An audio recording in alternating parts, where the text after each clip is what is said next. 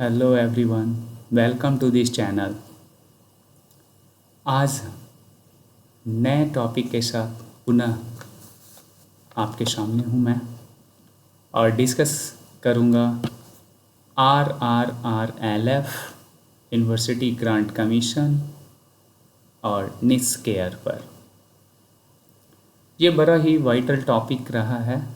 इससे अक्सर प्रश्न पूछे गए हैं, चाहे वह KPS हो, नवोदय हो, EMRS हो या DSSB हो, और बिहार लाइब्रेरियन जो अभी परीक्षा का आयोजन होने वाला है उसमें भी प्रमुखता से इस टॉपिक को उम्मीद है कि रखा जाएगा। इसलिए यह महत्वपूर्ण है कि हम लोग इस पर विशेष रूप से ध्यान दें और अवश्य ही 2-3 प्रश्न इससे पूछे ही जाएंगे। तो चलिए हम लोग स्टार्ट करते हैं। सबसे पहले राजा राम मोहन राय लाइब्रेरी फाउंडेशन। यह एक्चुअली में लाइब्रेरी नहीं है, बल्कि यह एक फाउंडेशन है और इसकी एस्टैब्लिशमेंट 1972 में हुई थी। लेकिन यह गौर करने वाली बात है कि इसका जो नींव पड़ा और इसके बारे में जो प्रश्न होंगे वो सिर्फ 1972 एस्टैब्लिशमेंट नहीं होगा, बल्कि वो पूछा जा सकता है उसकी तिथि या डेट। तो हमें 22 मई, एक बहुत ही इम्पॉर्टेंट बात हमें क्या करना है, 22 मई जो आप देख रहे हैं, मैं यहाँ पे लिख भी रहा हूँ, 22 मई 1972 को।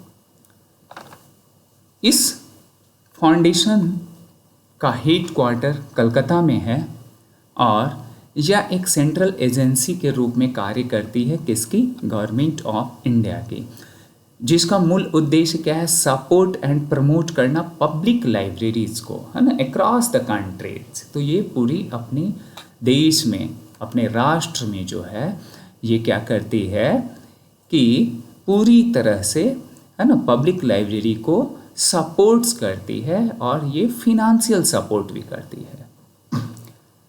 मूलतः RRRLF इंडियन लाइब्रेरी एसोसिएशन ने अपने सहयोग से 1985 में पुस्तकालय और सूचना प्रणाली पर राष्ट्रीय नीति भी तैयार की।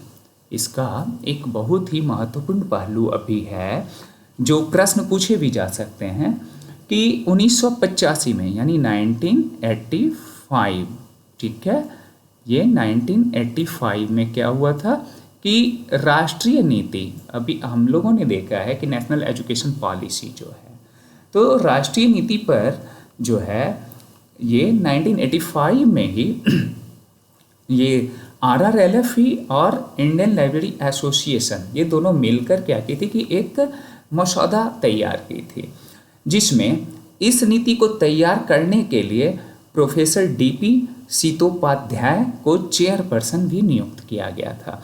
तो अब क्या हो गया कि यहाँ पर देखिए एक प्रश्न और हमारा आ रहा है बहुत महत्वपूर्ण कि प्रोफेसर कौन, सीतोपाध्याय। चलिए मैं यहाँ लिखता हूँ प्रोफेसर DP सीतोपाध्याय। तो ये आपको क्या करना है, रखना है आपके दिमाग में, ये पॉइंट आउट कर लें, ठीक है।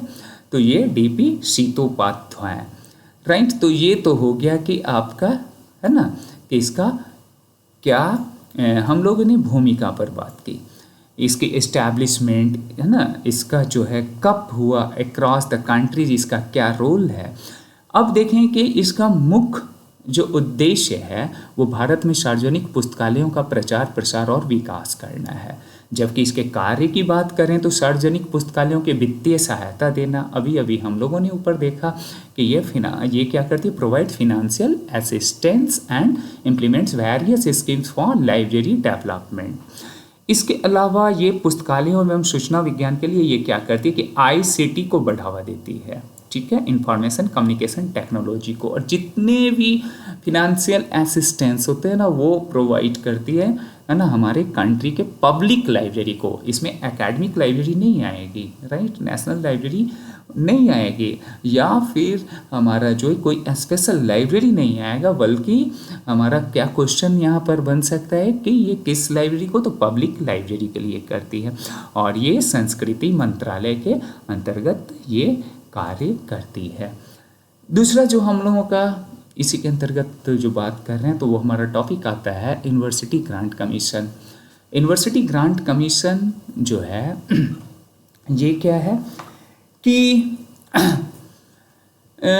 इसकी एस्टैब्लिशमेंट कब हुई थी, 1956 में, और ये एक स्टैचुअरी बॉडी के रूप में ये काम करती है ना, गवर्नमेंट ऑफ इंडिया के मिनिस्ट्री ऑफ एजुकेशन। एक्चुअली में ये मिनिस्ट्री ऑफ एजुकेशन पहले जो है वो MHRD है ना, MHRD से जानी जाती थी, यानी कि ये हमारा क्या कहला जाएगा, MHRD, इसका मतलब है ministry of human resource development, but present में हम इसे क्या जानते हैं, मिनिस्ट्री ऑफ एजुकेशन, राइट।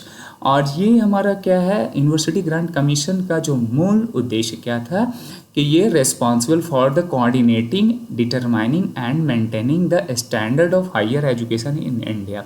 ये हायर एजुकेशन को ये मेंटेन करने के लिए, कोऑर्डिनेट करने के लिए और डिटरमाइन ये करती है, राइट, डिटरमाइन निश्चय करती है। ये it provide the financial grants to university and colleges. तो ये क्या है कि ये ग्रांट्स को भी देती है ना, यानी वित्तीय सहायता प्रदान करना इसका मुख्य उद्देश्य। लेकिन यह जाने कि ये 1956 में जो इसकी एस्टैब्लिशमेंट हुई, तो इससे क्वेश्चंस ये पहले पूर्व में क्या पूछे गए हैं, है ना। तो यूनिवर्सिटी एजुकेशन कमीशन, यानी कि ये हमारा जो है, इसी यूनिवर्सिटी ग्रांट कमीशन का पूर्व में नाम क्या था, यूनिवर्सिटी एजुकेशन कमीशन, UEC। और यूनिवर्सिटी एजुकेशन कमीशन जो है ये क्या थी कि एक हायर एजुकेशन के लिए, है ना, और इस यूनिवर्सिटी एजुकेशन कमीशन के लिए सिफारिश की गई थी 1953 में डॉक्टर S सर्वपल्ली राधाकृष्णन, है ना, ठीक है।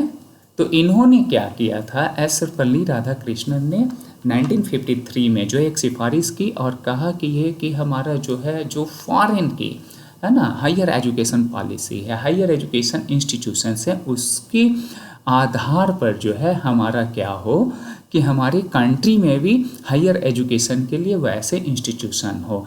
और इस सिफारिश को रखा गया और 1956 ये फाइनली क्या हुआ कि वो 1956 में इसे स्वीकार कर लिया गया, और फिर ये, है ना, इसकी स्थापना कर दी गई यूनिवर्सिटी ग्रांट कमीशन की। यूनिवर्सिटी ग्रांट कमीशन का जो स्थापना हुआ 1956 में, वो UGC एक्ट 1956 के तहत, इसका मुख्यालय नई दिल्ली में है, और भारत में ये उच्च शिक्षा निगरानी समन्वय मानकीकरण करना, जैसा कि ऊपर भी हम लोगों ने देखा, ये क्या करती है, वित्तीय सहायता प्रदान करती है, नए विश्वविद्यालयों को मान्यता देने का कार्य करती है, उच्च शिक्षा संस्थानों में ये गुणवत्ता को भी, है ना, इसके लिए NAC आपने सुना होगा, है ना। तो ये NAC क्या है, इसी का एक पार्ट है ना। और डेक भी हमारा क्या है ना, अब डेक को क्या कह दिया गया है, अब डेव कहलाता है ना। तो हम लोग डिस्टेंस एजुकेशन काउंसिल जो हुआ करता था, अब हमारा क्या हो गया, डेव हो गया, डिस्टेंस एजुकेशन ब्यूरो हो गया है। तो इसमें यह भी प्रश्न पूछे जा सकते हैं, NAC, डेव, है ना, ये सारे हमारे क्या हैं, ये UGC के ही एक विंग्स हैं ना, और ये कार्य करते हैं। अब देखें, सबसे इससे भी महत्वपूर्ण यह अब बात आती है कि UGC की 6 जो है ना रीजनल सेंटर्स हैं, ठीक है, 6 regional centres, 6 regional centres RC। और वो कौन कौन से, ये एक क्वेश्चंस आपके लिए बहुत ही महत्वपूर्ण है।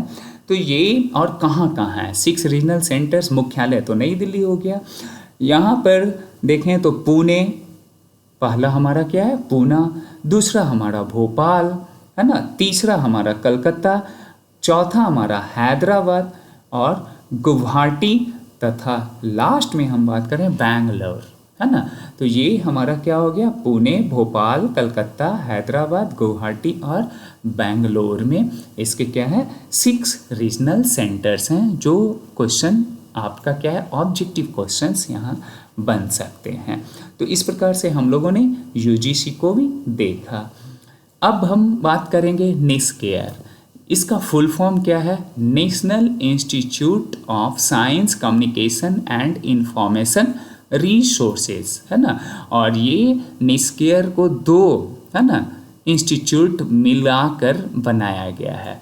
पहला हमारा क्या है, INSDOC Indian National Science Documentation right centre, and NISCOM क्या है हमारा, नेशनल इंफॉर्मेशन साइंस कम्युनिकेशन, है ना। ये दोनों को मिलाकर 2002 में क्या कर दिया गया, मर्ज कर दिया गया और निस्केयर को बना दिया गया। ये इंस्टॉक एक्चुअली क्या था हमारा 1952 में ही साइंस डॉक्यूमेंटेशन सेंटर के रूप में और ये काम कर रही थी, लेकिन बाद में इसे क्या किया, दोनों को मिलाकर एक नए, है ना, और बिल्कुल डेवलप्ड और एडवांस्ड, है ना, इंस्टीट्यूशंस के रूप में इसे विकसित किया गया। इसकी स्थापना तो हम लोगों ने देखा, और ये कहाँ सिचुएटेड है, नई दिल्ली में, है ना। निस्केयर की, है ना, स्थापना तो 2002 में हुई और इसका मुख्यालय कहाँ है, नई दिल्ली में है। विशेष रूप से इसका जो मुख्य उद्देश्य है वो विज्ञान और प्रौद्योगिकी के लिए, है ना, कि जानकारी का संचार और दस्तावेजीकरण करना। तो ये बहुत सारी, देखिए निस्केयर का क्या है कि बहुत सारे रोल्स हैं, है ना। ये आपको ट्रांसलेशन सर्विस भी देती है, ट्रेनिंग देती है, लाइब्रेरी के डेवलपमेंट के लिए वर्क करती है, डिफरेंट सॉफ्टवेयर पे ये काम करती है, हाँ ये। और सबसे इम्पॉर्टेंट क्या है इसमें कि निस्केयर जो है ISSN, है ना, ये क्या करती है, ISSN यानी इंटरनेशनल स्टैंडर्ड सीरियल नंबर भी प्रोवाइड करती है जो 8 डिजिट का होता है। इस पर हम लोग आगे जो होगा उस पर भी बात करेंगे, है ना, ISBN और ISSN पर, है ना। तो ये क्या करती है कि 8 डिजिट का होती है। ये क्वेश्चन कई बार पूछे गए हैं और रिपीट करते हैं, और संभावना है कि आने वाले जो ये एग्जामिनेशन है उसमें भी यह प्रश्न पूछे ही जाएंगे, ठीक है। तो ये 8 डिजिट के होते हैं। चलिए ISSN जैसा कि हम लोगों ने बात किया, ठीक उसी प्रकार से देखिए यहाँ पर हम लोग थोड़ा पीछे आते हैं और देखते हैं कि RRLF जो है वो क्या करती है कि ISBN देती है। अभी हम लोगों ने वहाँ क्या देखा, ISSN को, और ये हमारा क्या करती है, RRLF जो है राजा राम मोहन राय लाइब्रेरी फाउंडेशन जो है ये ISBN को प्रोवाइड करती है, यानी इंटरनेशनल स्टैंडर्ड बुक नंबर को, है ना, यही देती है। अब ये कितने डिजिट का है, 13 डिजिट का। इस पर विशेष हम लोग बात करेंगे ISBN और ISSN पर अगले जो हमारे, है ना, टॉपिक होंगे। लेकिन फिलहाल इतना जानना भी जरूरी है कि ये हम चूँकि RRLF को हम लोग और UGC और इसे जो निस्केयर को कर रहे हैं, तो इतना कंपलसरी है, मैंडेटरी है कि हम लोग समझें और जाने प्राथमिक तौर पर। तो ये हमारा 13 डिजिट का, पहले ये हमारा क्या था, 10 डिजिट का था, और ये 2007 के बाद यानी 1 जनवरी 2007 से ये जो है क्या हो गया है कि हमारा, है ना, 13 डिजिट का हो गया है। तो इस प्रकार से हम लोगों ने देखा कि अभी, है ना, और निस्केयर को देखा, UGC को देखा और ये देखा। अब आगे बढ़ते हैं और कुछ हम चाहते हैं कि कुछ इससे रिलेटेड जो प्रश्न होंगे वो किस प्रकार के होंगे और किस तरह से, है ना, ये करेंगे, ठीक है। तो यहाँ पर अगर हम पहला क्वेश्चन देखें तो RRLF was established in the year, तो ये वेरी सिंपल, अभी अभी हम लोगों ने किया है 1972, ठीक है। द हेड क्वार्टर्स और ऑफ RRLF, ये कहाँ पर इसका मुख्यालय सिचुएटेड है, तो आप सभी को पता, अभी अभी मैंने डिस्कस किया है वो भी, तो ये हमारा है कलकत्ता में। और ये इसके functions under the which ministry, किस मिनिस्ट्री के अंतर्गत, है ना, ये कार्य करती है, तो मिनिस्ट्री ऑफ कल्चर के अंतर्गत।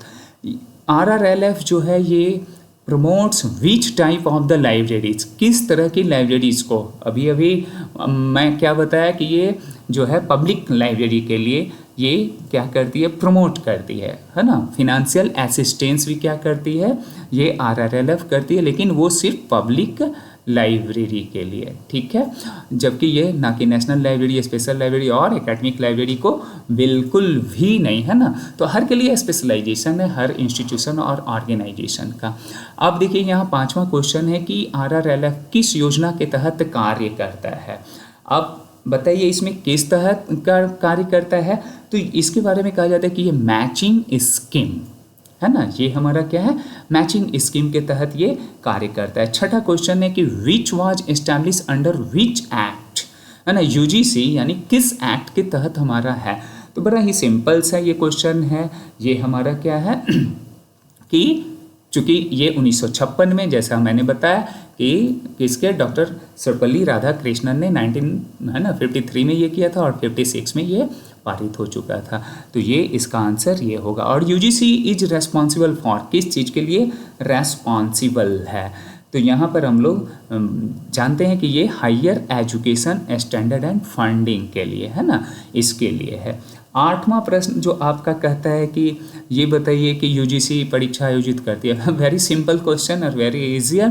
तो UGC नेट, है ना, UGC नेट को ये क्या करती है कि, है ना, ये है ना, कंडक्ट कराती है।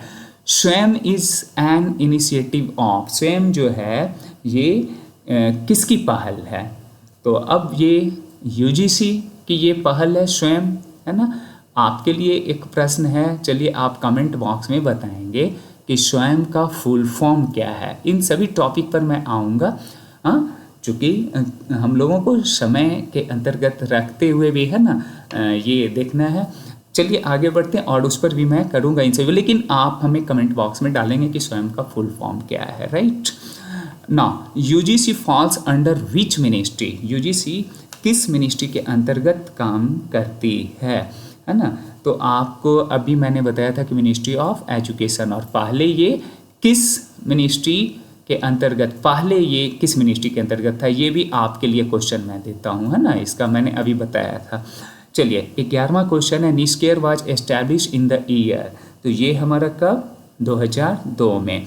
निस्केयर वाज फॉर्म्ड मर्जिंग, दो कौन कौन सी संस्था, तो ये इंस्टॉक और निस्कॉम, ठीक है। ये प्रश्न तो कई बार रिपीट किए गए हैं। निस्केयर का नया नाम क्या रखा गया, है ना, क्या रीनेम्ड हुआ, तो ये भी बड़ा इम्पॉर्टेंट, है ना। अब तक तो ये क्वेश्चन आपके लिए बहुत इम्पॉर्टेंट हो सकता है, 13 नंबर क्वेश्चन, राइट। तो ये CSIR NIS PR, है ना। तो ये हम लोगों को ये क्वेश्चन, ये आपके लिए बड़ा ही इम्पॉर्टेंट बन सकता है और ये क्वेश्चन संभावनाएं बनती है ना। अब ये 14 नंबर में हम लोग देखते हैं कि निस्केयर इसमें से किसका प्रकाशन करता है, तो वेरी सिंपल, ये किस चीज़ के लिए, चूँकि ये करती है साइंस जर्नल यानी जर्नल्स के लिए, सीरियल पब्लिकेशन। निस्केयर क्या करती है, सीरियल पब्लिकेशन। क्यों, ऐसे भी देखिए अभी अभी हम लोग डिस्कस किए हैं कि ये निस्केयर क्या करती है कि ISSN को प्रोवाइड करती है। तो ISSN इट मीन्स कि ISSN किस चीज़ के लिए होता है, वो आपका जो होता है किसी सीरियल के लिए होता है, इंटरनेशनल स्टैंडर्ड सीरियल नंबर। तो यहाँ पे ये क्लियर है कि ये हमारा साइंस जर्नल के लिए ना। 15वां जो क्वेश्चन है, NOPR का पूरा नाम क्या है, तो अब पूरा नाम यहाँ पर हम लोग जान रहे हैं, निस्केयर ओपन पब्लिकेशन रिपोजिटरी, ये इसका पूरा नाम है। 16वां क्वेश्चन हम लोग देखते हैं, 16th नंबर, ये कहता है कि RRLF का कौन सा कार्य नहीं है। अब देखिए यहाँ पर बोला नहीं में, तो ये भी इस तरह के प्रश्न पूछे जाते हैं। तो ये हमारा क्या है, कंडक्टिंग LIS एंट्रांस एग्जाम, ये एग्जाम्स की कहीं भी डिस्कशन हम लोगों ने नहीं किया है। तो provides grant and library buildings के लिए प्रमोट करता है ये, हमारी लाइब्रेरी डेवलपमेंट के लिए सपोर्ट ICT, सभी को हम लोगों ने देखा है कि ये फिनेंशियल सपोर्ट करता है, और जो हमारा इंफ्रास्ट्रक्चर है उसके लिए ये सपोर्ट करती है। 17th नंबर जो क्वेश्चन है वो कहता है कि इसका जो है मतलब RRLF के कार्य के ढांचे को कौन सा प्रमुख नीति दस्तावेज नियंत्रित करता है। तो यहाँ पर हमारा क्या करता है, नेशनल पॉलिसी किस चीज़ के लिए, नीति के लिए, लाइब्रेरी एंड इंफॉर्मेशन साइंस के लिए ये करता है। और ठीक आगे हम लोग जब बढ़ते हैं तो आरआरएलएफ की वित्त पोषण योजना मुख्यतः किस पर आधारित है, यानी कि funding pattern is primarily based on, तो ये हमारा क्या है, मैचिंग ग्रांट कमीशन। ठीक है, इसका आंसर क्या है, मैचिंग ग्रांट कमीशन। आगे बढ़ते हैं तो 19 नंबर क्वेश्चन ये पूछता है, ये कह रहा है कि आपका कौन सा आरआरएलएफ योजना को विशिष्ट विशेषता है, यानी कि निम्न में से कौन सा है ना। तो ये हमारा क्या है, देखिए कि ये कहता है ना, shared cost between the centre and state, जो कि ये देखिए जितने भी लाइब्रेरी लेजिस्लेशन या डेवलपमेंट की बात करता है तो वो स्टेट एंड सेंट्रल गवर्नमेंट है ना, दोनों मिलकर, चूंकि इस फाउंडेशन का मूल रूप होता है। वेरी वेरी इंपॉर्टेंट क्वेश्चन, ये आपके लिए बहुत ही महत्वपूर्ण क्वेश्चन बनता है ना। अब आगे हम देखें 20वां नंबर क्वेश्चन है, तो ये 2009 में यूजीसी समीक्षा समिति की अध्यक्षता किसने की थी, है ना। तो अब ये कह रहा है कि किसने की थी, तो ये प्रोफेसर यशपाल, है ना, प्रोफेसर यशपाल ने की थी 2009 में। 21वां क्वेश्चन आपका है कि विच, है ना, UGC initiate focuses on the improving the quality of college education. तो अब कॉलेज एजुकेशन के लिए हमारा कौन क्वालिटी, है ना, ये करती है। देखिए बहुत ही इंपॉर्टेंट क्वेश्चन है ये, परामर्श। आप परामर्श के बारे में भी हमें कमेंट बॉक्स में देंगे कि ये क्या है, राइट। अभी तो हम लोगों ने देखा कि इम्प्रूव क्वालिटी, बट इस पर आप देखेंगे। ऐसे तो इन्फ्लेविनेट, स्वयं एंड, है ना, उन्नत, इन सभी पर मैं आगे डिस्कस करूँगा ही, चूँकि हर टॉपिक्स को मैं टच करूंगा और कोशिश करूंगा कि आपको मैक्सिमम हम इंफॉर्मेशन इस पर अवेलेबल करा सकें और रेगुलरिटीज़ के साथ, ये मेरा प्रयास होगा। चलिए आगे बढ़ते हैं। यूजीसी एचआरडीसी और एस्टैब्लिश, ये जो है इसका आंसर क्या होगा, तो ये है ट्रेन यूनिवर्सिटी एंड कॉलेज, है ना, टीचर्स के लिए फोकस करती है ना, ये ट्रेनिंग देती है, ट्रेंड करती है, ठीक है। और 24वां नंबर हमारा है कि which of the following journal is not published by the NISCAIR. NISCAIR के द्वारा कौन है जो पब्लिश्ड नहीं किया जाता है, तो देखिए इसके इंडियन जर्नल ऑफ केमिस्ट्री किया जाता है, Indian journal and pure applied physics किया जाता है, चूँकि ये साइंस का है, राइट, आप समझिए। और ये journal of intellectual property right, ये सब किया जाता है, यानी तीनों हमारे क्या हैं, किए जाते हैं, है ना। तो ऐसे भी कॉमन सेंस अगर हम लोग अप्लाई कर रहे हैं तो देखते हैं कि साइंस के लिए ये ऑलरेडी है, और ऊपर से ये हमारा क्या जर्नल आ गया, तो जर्नल इट मीन्स कि हमारा क्या कर रहा है, कवर कर रहा है, ये सीरियल्स के लिए कर रहा है। बट यहाँ Indian journal of information library and society, है ना, तो ये हमारा क्या है कि इससे नहीं किया जाता है प्रकाशित, राइट। तो ये हमारा क्या हो गया, नहीं हो गया, और ये गलत आंसर हो गया ना। 25वां हम लोग देखें, यानी कि ये जो है NISCAIR and NISTADS were merge to form, यानी इस दोनों को मिलाकर क्या कौन सा बनाया गया, है ना। तो ये इस दोनों को मिलाकर ही हम लोग देखिए CSIR एंड निस PR बनाया, ऊपर हम लोगों ने देखा भी था, ठीक है। अब चलते हैं हम लोग कि 26वां क्वेश्चन की, और 26वां क्वेश्चन हमारा क्या है, मेन ऑब्जेक्टिव ऑफ निस पेयर इज टू। तो निस पेयर इसका उद्देश्य, है ना, मुख्य उद्देश्य क्या है, मुख्य उद्देश्य की बात करें तो promote science, policy, research and communication, ठीक है। 27वां क्वेश्चन अगर हम बात करें तो इसमें कह रहा है कि what does the NOPR portal mainly host, है ना। तो पोर्टल का मुख्यतः क्या संग्रह करता है ना। तो अब इसमें संग्रह करता है क्या, ई बुक को करता है, गवर्नमेंट डॉक्यूमेंट्स को करता है, या फिर जो है CSIR research journal and articles को करता है, या फिर जो है ये प्राइवेट डिजिटल रिसोर्सेज को। तो वेरी कॉमन, ये देखिए क्या करता है, रिसर्च जर्नल आर्टिकल्स, बार बार इस, है ना, शब्द को मैंने रिपीट भी किया है, तो वो हमारा क्या है उसका, है ना, आंसर वो C होगा। अब हम लोग बात करें 28 में, तो ये question which of the following tool is used NISCAIR for plagiarism detection, यानी प्लेजरिज्म जो डिटेक्शन टूल है, यानी कि जो हम लोग कहते हैं ना साहित्यिक चोरी। तो साहित्यिक चोरी जैसे किसी आर्टिकल्स को किसी ने लिखा, किसी के लेख को लेकर अपने नाम से कर लिया, तो ये साहित्यिक चोरी को रोक करने के लिए निस्केयर की कौन सी, है ना, ये है। तो यहाँ पर देखिए क्या है हमारा ऑथेंटिकेट, है ना, authenticate, it is very very important, है ना, क्वेश्चन एंड टूल्स, ठीक है। ये है हमारा। नेक्स्ट हम लोग देखते हैं 29th में which body collaborate with the RRLF and national mission on the libraries initiative. RRLF राष्ट्रीय पुस्तकालय मिशन पहल किस संस्था है ना, किस संस्था ने सहयोग किया था इस मिशन का पहल में, है ना।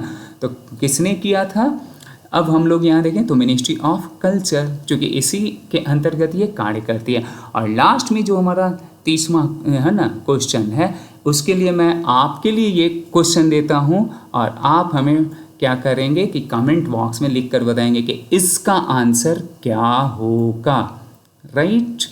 तो इसका आंसर कि ये कह रहा है कि यूजीसी के अंतर्गत शोध शुद्धि कार्यक्रम किस सॉफ्टवेयर के माध्यम से कार्यान्वित होता है। ये क्वेश्चन यूजीसी नेट में भी पूछे जा चुके हैं, ठीक है, और ये बहुत ही महत्वपूर्ण क्वेश्चन आपके लिए होगा।